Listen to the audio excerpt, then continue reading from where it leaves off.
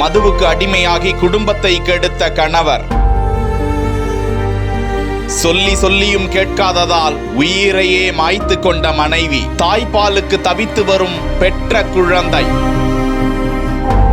சோகத்தில் மூழ்கிய கிராமம். ராமநாதபுரம் மாவட்டம் முதுகுளத்தூர் அருகே உள்ள மேல சிறுபோது கிராமத்தைச் சேர்ந்தவர் முருகன். பரமக்குடி அருகே ஆவரேந்தலை சேர்ந்த 29 வயதான பாண்டிச்செல்வி. இந்த தம்பதிக்கு 10 ஆண்டுகளுக்கு முன்பு திருமணம் நடந்து அந்த தம்பதிக்கு ஒரு மகன் 2 பெண் குழந்தைகள் உள்ள நிலையில் முருகன் தினம்தோறும் குடித்துவிட்டு வந்து பாண்டிச்செல்வியிடம் தகராறில் ஈடுபட்டு வந்ததாக கூறப்படுகிறது. கடைசி பெண் குழந்தை பிறந்து 1 வருடங்களே ஆகிறது.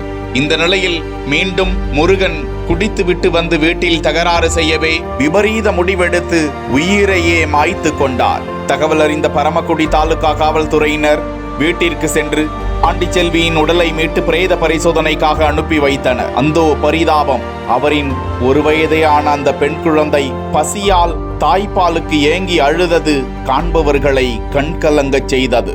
சந்தேக மரணம் என வழக்கு பதிவு செய்து போலீசார் முருகன் உள்ளிட்டோரிடம் விசாரித்து வருகிறார்களாம்.